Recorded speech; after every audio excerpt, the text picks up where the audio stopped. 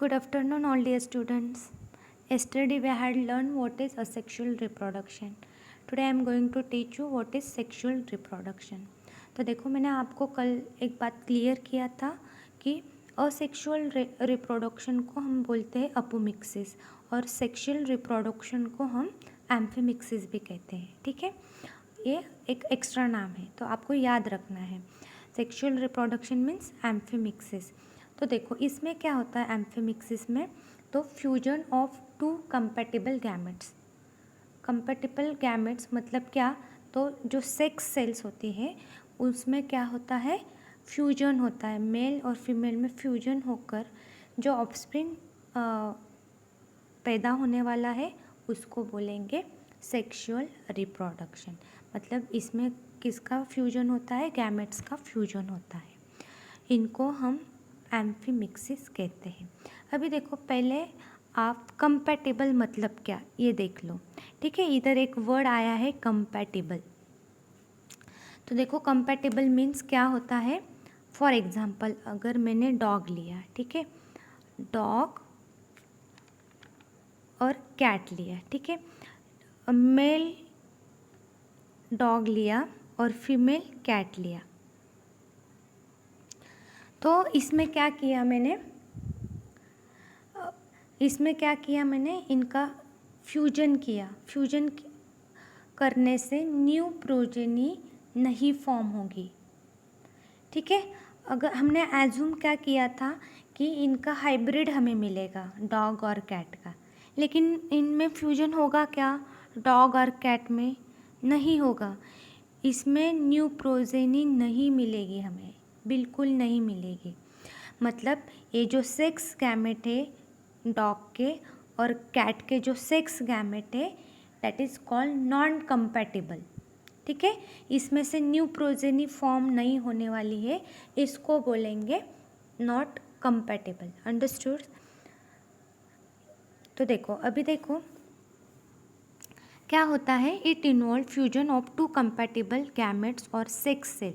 तो जिसमें compatible gametes का फ्यूजन होता है और हमें क्या मिलेगा, मतलब जो कंपैटिबल गैमेट्स है, सेक्स सेल है, उनका फ्यूजन होकर न्यू गैमेट्स मिलने वाले हैं, उनको बोलेंगे हम सेक्सुअल रिप्रोडक्शन.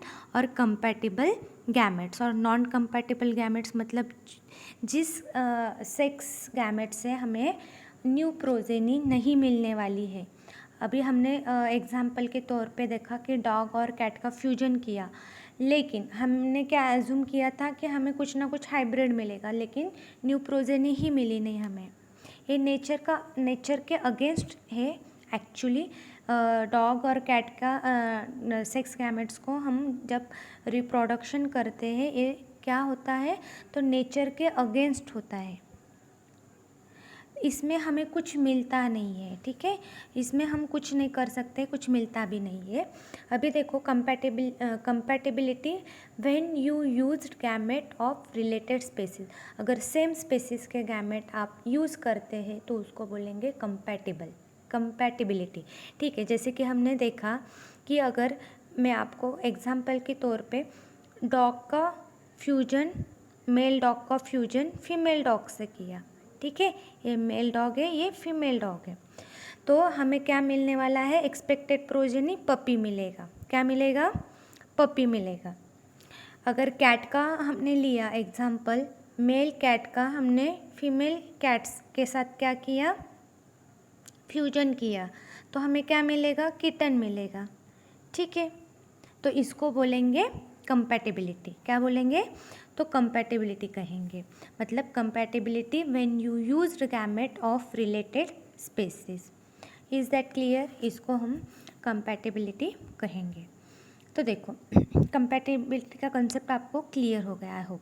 अभी देखो, प्लांट्स होते हैं जैसे कि इन एंजियोस्पर्म मतलब जो फ्लावरिंग प्लांट्स होते हैं. ठीक है, flowering of plants after the juvenile phase.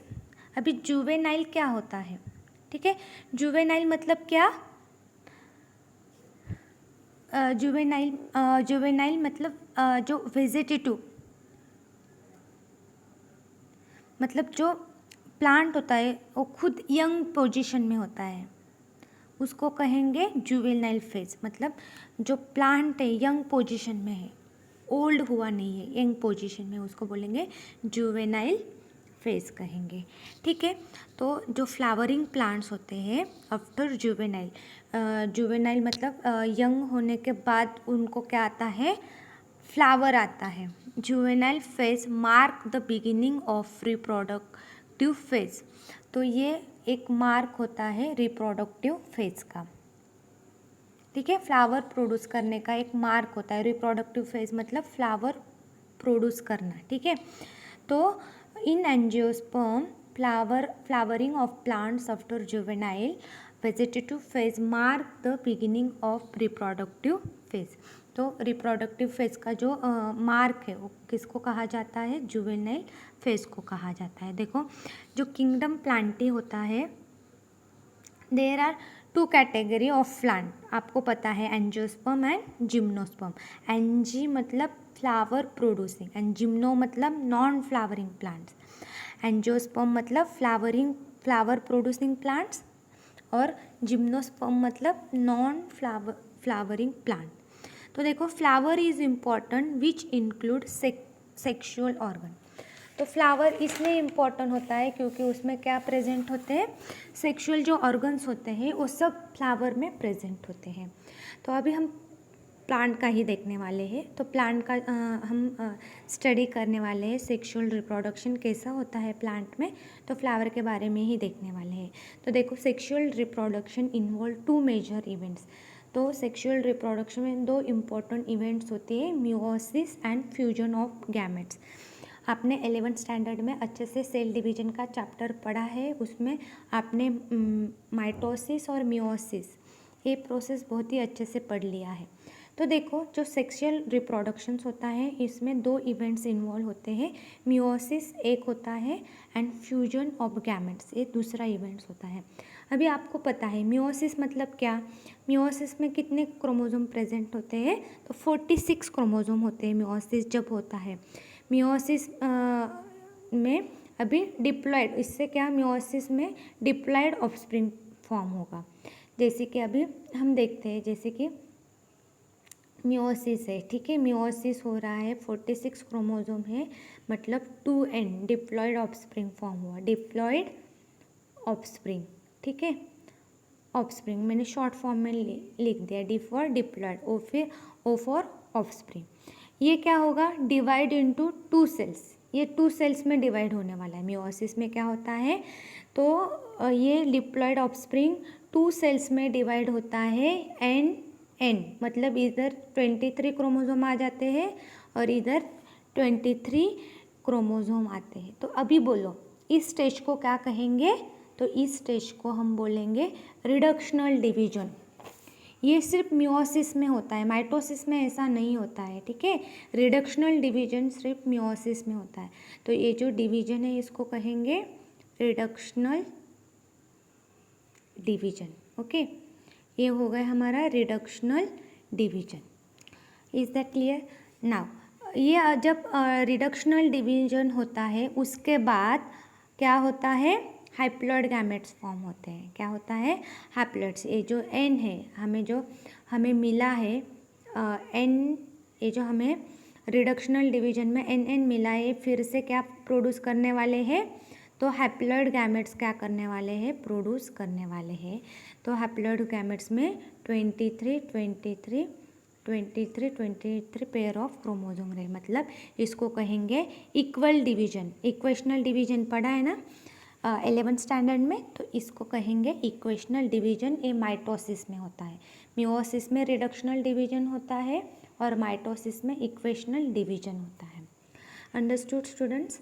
Now see, अभी देखो, अभी fusion of 2 haploid n gametes give 1 diploid.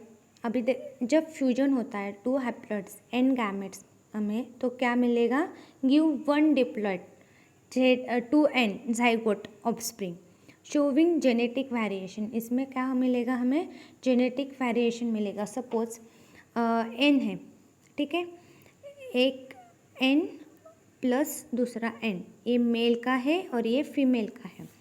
तो हमें क्या मिलने वाला है, 2n मिलने वाला है। तो इसमें क्या मिलेगा हमें, तो जो जाइगोट मिला है हमें उसमें शोविंग जेनेटिक वेरिएशंस में जेनेटिक वेरिएशन हमें मिलने वाला है। Is that clear? Now sequential event of gamete fusion, that is fertilizations to produce diploid zygote, are 3। तो 3 डिप्लॉयड zygotes होते हैं। उसमें फर्स्ट आएगा आपका प्री फर्टिलाइजेशन, सेकेंड आएगा फर्टिलाइजेशन एंड थर्ड है पोस्ट फर्टिलाइजेशन। जो सिक्वेंशियल इवेंट होते हैं गैमेट के फ्यूजन के, मतलब फर्टिलाइजेशन के, जब डिप्लॉयड zygote प्रोड्यूस होता है तो 3 तो क्या होता है, जब सिक्वेशनल इवेंट ऑफ गैमेट्स का फ्यूजन होता है सिक्वेशनली, तो 3 प्रोसेस होते हैं फर्टिलाइजेशन के, pre fertilization, fertilization and post fertilization. तो देखो प्री फर्टिलाइजेशन को में क्या होता है, गैमेट्स प्रोड्यूस होंगे। फर्टिलाइजेशन में क्या होगा, मेल फीमेल गैमेट्स फ्यूज होंगे और जाइगोट बनेगा। और जो पोस्ट फर्टिलाइजेशन है उसमें क्या होगा, जाइगोट को नरिशमेंट होता है, जाइगोट का नरिशमेंट होता है। तो 3, देखो मैं फिर से रिपीट करती हूँ, 3 सिक्वेंशनल इवेंट होते हैं गैमेट के फ्यूजन के। तो फर्स्ट इवेंट होता है प्री फर्टिलाइजेशन, प्री फर्टिलाइजेशन के बाद फर्टिलाइजेशन और फिर बाद में पोस्ट फर्टिलाइजेशन। प्री फर्टिलाइजेशन में गैमेट्स प्रोड्यूस होंगे, फर्टिलाइजेशन में मेल फीमेल गैमेट्स फ्यूज होंगे और जाइगोट बनेगा, और पोस्ट फर्टिलाइजेशन में क्या होने वाला है, जो जाइगोट प्रोड्यूस हुआ है वो क्या होगा, उसको नरिशमेंट मिलेगा। तो इधर मेंशन किया है, देखो बच्चों जो मैं अभी आपको पढ़ा रही हूँ, आप ठीक से एक बार पढ़ो, ठीक है। Sexual reproduction are grouped into 3 distinct stage. First is pre fertilization, fertilization and post fertilization. Okay, अभी देखो, अभी यस ये स्ट्रक्चर ठीक से ऑब्जर्व करो। Label the part of flower in the given diagram. अभी लेबलिंग करना है, ठीक है। अभी देखो एक टिपिकल फ्लावर दिया है, आपके बुक में जो दिया था उसको आपको लेबल करना था। तो मैं आपको ये मैंने जो पेज पे निकाला है आपको एक्सप्लेन करती हूँ। तो देखो ये टिपिकल फ्लावर है, इसका सबसे जो नीचे का पार्ट है, ठीक है, मैं पेन से दिखाती हूँ, इसको कहेंगे पेडिसेल। क्या कहेंगे, जो डंडी होती है उसको पेडिसेल कहेंगे। डंडी के ऊपर का जो पार्ट दिखता है ग्रीन ग्रीन कलर का होता है उसको थैलेमस कहेंगे, और जो ग्रीन कलर के सेपल्स होते हैं उसको कैलिक्स कहा जाता है। क्या कहा जाता है, कैलिक्स कहा जाता है। तो देखो बच्चों, अभी कैलिक्स के ऊपर क्या है, ये जो ब्यूटीफुल ऐसे क्या है जो इंसेक्ट को अट्रैक्ट करते हैं वो क्या होते हैं, पेटल्स होते हैं। ये जो ब्यूटीफुल आपको कलरफुल होते हैं उसको बोलेंगे पेटल्स, उसको करोला भी कहा जाता है, ठीक है। तो अभी स्टेमेन का पार्ट देखते हैं। स्टेमेन 2 पार्ट से बनता है, एंथर और फिलामेंट से। ऊपर का जो पार्ट है वो एंथर, जो हम आगे के लेक्चर में डिटेल में देखने वाले हैं, और नीचे का जो पार्ट है एंथर के नीचे का उसको फिलामेंट कहेंगे। एंथर और फिलामेंट दोनों मिलकर क्या बनता है, स्टेमेन बनता है। नाउ ये जो मेन इम्पॉर्टेंट पार्ट है कार्पेल में, carpel is divided into stigma, style, ovary and vowels. तो स्टिग्मा सबसे ऊपर का पार्ट होता है, फिर नीचे का ये स्टाइल, ये stigma, style. Now this is the ovary, and ये जो बीच में आपको डॉट डॉट दिख रहा है वो है हमारे ओवल्स। ये सब मिलकर क्या बनता है, कार्पेल बनता है। क्या बनता है, कार्पेल बनता है। तो देखो बच्चों, it is a site of sexual reproduction. ये जो फ्लावर है, फ्लावर को हम क्या कहेंगे, साइट ऑफ सेक्सुअल रिप्रोडक्शन, क्योंकि रिप्रोडक्टिव ऑर्गन जो है फ्लावर, तो फ्लावर में ही रिप्रोडक्टिव ऑर्गन से, इसलिए हमने इसको क्या कहा है, साइट ऑफ सेक्सुअल रिप्रोडक्शन कहा है। अभी देखो होरल, होरल क्या होंगे, तो जो अलग अलग फ्लावर के पार्ट होते हैं उनको हम होरल्स कहेंगे। क्या कहेंगे, होरल्स। तो होरल्स मतलब हॉर्स मतलब फ्लावर के डिफरेंट पार्ट को हम हॉर्स कहेंगे। It is divided into two. ये जो हॉर्स होते हैं ये 2 पार्ट में डिवाइड किए गए हैं। एक है हमारा एसेंशियल हॉरल एंड 2 एसेसरी हॉरल्स। देखो मैं आपको बहुत ही अच्छे तरीके से एक्सप्लेन कर रही हूँ, आपको याद रखना है। एसेंशियल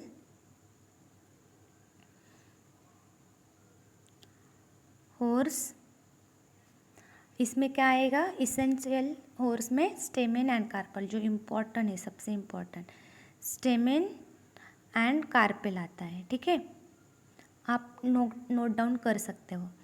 नाउ सेकंड जो है हमारा 2 एसेसरी हॉर्स। एसेसरी हॉर्स, तो 2 एसेसरी हॉर्स में कैलिक्स एंड करोला आता है। क्या आता है, कैलिक्स एंड कोरोला। ठीक है बच्चों, तो देखो